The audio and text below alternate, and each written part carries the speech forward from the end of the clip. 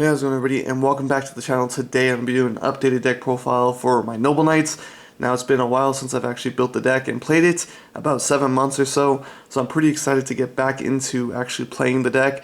As you know, if you've been subscribed for a while, or you can tell by the name of the channel, this is my all-time favorite deck in the game of Yu-Gi-Oh! So yeah, let's go and get right into it. This is going to be a pure list. So starting off with just the Noble Knights at first. We got the 3 Noble Knight Majorat. Then we have 2 Noble Knight Boars. And then 2 Brothers.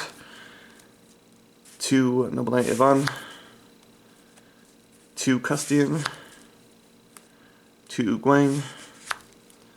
And for the one-ofs Noble Knights, we got a Gwalchavad and a Dristan. Now, these are all pretty strong, of course, with Majorat. He is your play starter. You always want to see him in the hand or a way to get to him.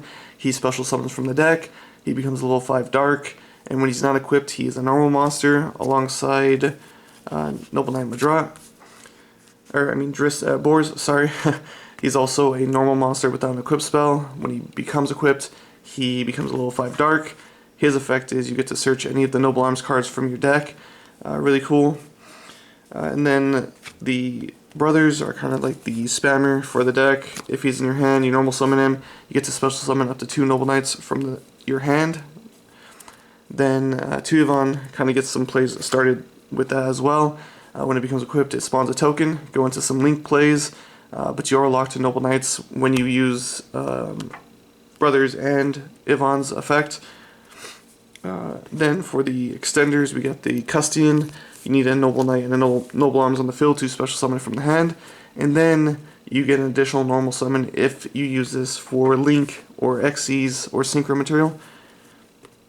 And of course, Gwen works really well with Majorat and the Boars and even the Gwalchavad. If you control a normal light monster, you get to special summon it from your hand in defense position. So just another way to get a level 4 out on the field for either Links or Xyz plays.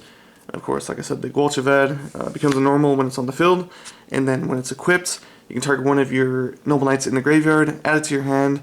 So nice combo is, back in the day there was an old combo where you could go Majorat, bring out Gwalchavad, destroy the Noble Arms, put it on Gwalchavad, special summon Gwen from the hand, then Xyz into a Blade Armor Ninja or Excalibur, then detach, use Gwalchavad's effect, and go into another rank 4 for kind of an OTK back in the day.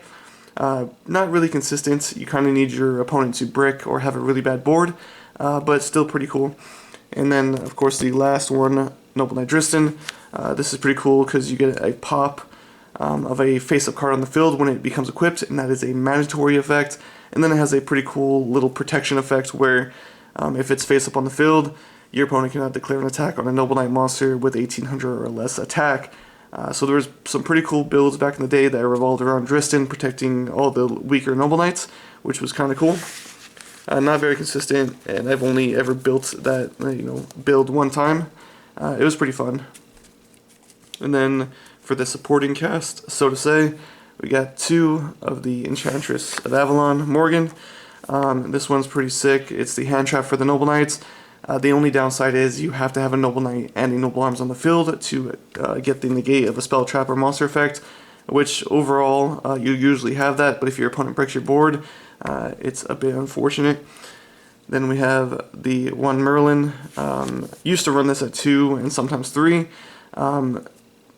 Kind of opened it way too much. I didn't really like it, but basically you contribute him to special summon a Noble Knight, and the secondary effect is you can banish from your graveyard to immediately afterwards Synchro or Xyz summon a Noble Knight monster using cards you control, which hardly ever comes up. I think I've only done it one time in the entirety of me playing this deck, so not too consistent with that.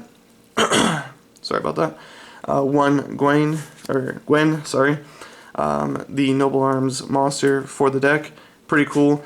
Gains effects, can only equip to a Noble Knight monster, and if it's a light monster, it has a protection effect where it can't be destroyed by card effects. You can protect it by sending this to the graveyard, and then if it's a dark monster, it gets a catastrophe effect where at the start of damage step, you can send this to the graveyard and blow up the monster, either if you're attacking or if it's attacking your Noble Knight, which is pretty cool. And then it has recursion because it can come back from the graveyard to a Noble Knight monster, which is pretty nice. And then one you don't see hardly ever in Noble Knight builds, especially if you're not running the vanilla monster, and that's Lady of the Lake. Basically, the only effect you use for Lady of the Lake in this build is if there is a level 5 on the field, you can reduce this level by 1 and special summon this from the graveyard. So pretty cool, just for the synchro play, and since it's part of the Noble Knight archetype, I tried to squeeze it in. Then for just a generic card that's really good for equip spell based decks, and that is the Immortal Phoenix Gearfried. You can banish one from face up on the field or graveyard, an equip spell card, and special summon it. Then when a monster activates an effect, you can send one of your equip spell cards to the graveyard, negate it, and destroy that monster, which is pretty nice. And then if this monster attacks, you get to take that monster and equip it to him, giving him 500 attack, which is really nice. Gets rid of a lot of problematic monsters, and having a monster negate really helps the Noble Knight deck, since you cannot generate multiple negates, especially with the pure variants of the deck. Next, for the spells, 3 Heritage, the Searcher, along with the Reinforcements in the Army. Of course, that gets you any warrior, and then the Heritage gets you a Noble Knight or a Noble Arms, which is very, very nice. And also, if a Noble Knight is destroyed while it has a Noble Arms on the field, you get to add Heritage back from the graveyard. So it's a pretty cool recursion. And then for the Noble Arms themselves, we got 2 Noble Arms of Destiny, 2 Caliburn, 2 Excalibur, and for the 1-ofs, we got the 1 Gallatin, 1 Affidutir, and 1 Clarence. Clarence pretty sick. You can make the warrior that it's equipped to attack directly by paying 500 life points, which is pretty nice. Then Affidutir, you get to pop a set card, and if it does resolve and you do pop that set card, either spell or trap or monster, your opponent or your monster loses 500 attack permanently. But if your opponent changes it, you do not lose the attack, so keep that in mind. Gallatin gives your monster 1000 attack, but you lose 200 attack every standby phase, every one of your standby phases. Then the Excalibur, it protects your monster from being targeted. This is the only Noble Arms that I run that does not come back, and I think that doesn't come back, period. All the other ones have the secondary effect where if it's destroyed by card effect and sent to the graveyard, or if it's just destroyed, period, you get to equip it to a Noble Knight monster once per turn. Excalibur is the only one that doesn't do that. But yeah, it stops your opponent from targeting your monster it's equipped to, and it can only equip to a Noble Knight monster. And then if it's in the graveyard, except for the turn it's sent there, of course, you can banish it, then target one of your Xyz monsters you currently control, and Xyz summon a different monster, different Noble Knight monster from your extra deck. Pretty cool. It's come up a few times. I really enjoy Excalibur. Then Caliburn is nice. It gives your monster 500 attack, and once per turn, which is not a hard once per turn, you can gain 500 life points, so you can get some life point gain there. And then of course, Destiny, being able to protect your monster once per turn from being destroyed by battle or by card effects. And then for the traps, you can't really run too many traps in the Noble Knight deck, just because you need your equip spell cards and everything like that. And I've tried running traps in the past, but it never really worked out. 3 Infinite Permanence, just as some interruption. And then 2 Until the Noble Arms Are Needed once again.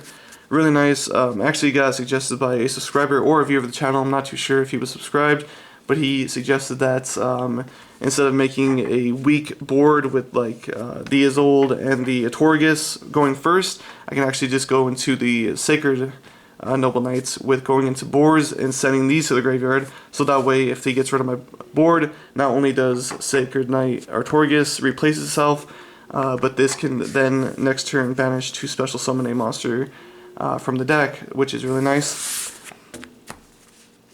Off to the extra really quick. That's going to be kind of a lot of Xyz, and then the 1 Synchro and 1 Link. So we got the Ignoble Knight of High Landsland for the Lady of the Lake play, and the only Link I play is 1 Isolde. Never really got too off, even though you can recycle with brothers and everything like that. Just never was able to get too Isolde off. Might change that eventually, but for right now, I like that ratio. And then just a bunch of Exceeds, but I'll go over the Noble Knight Exceeds real quick. Just running 3. You don't really need to run too many of the Exceeds. You got the Custian and the Ortorgus and the Sacred Ortorgus. They all do pretty cool stuff.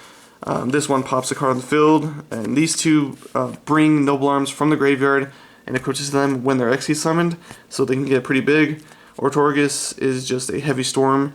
You detach a material, destroy spell and traps up to the number of equipped spell cards you control, or Noble Arms equipped spell cards specifically. And then one of the Concustian, of course, you can detach materials, then target that same number of monsters your opponent controls and return them to the hand. Unfortunately, it does target. If it was non-targeting, that would be so much better. But you know, an older archetype can't really ask too much there. And then just for some generic rank 4s, 1 Cowboy, 1 Dweller for time and locking down the graveyard. Emerald just for some draw power, along with the Tsukiyomi. This is pretty nice since everything's light usually, unless you use Madrat's effect. But you can detach 2, discard your hand and draw, or detach 1 and then draw cards, so very nice. Then 1 Exile Knight just to try to get rid of big boards. Starleech Paladinimo negates a monster effect and turns that monster to 0. Then 1 Tornado Dragon for back row hates. 101 to try to still a special summon monster. Omega for some protection. And 1 Tiras since I am able to make a rank 5. Pretty nice because it pops at the end phase, so pretty cool. That is the list. Hopefully you guys did enjoy it in some way. And until next time, I'll see you guys later.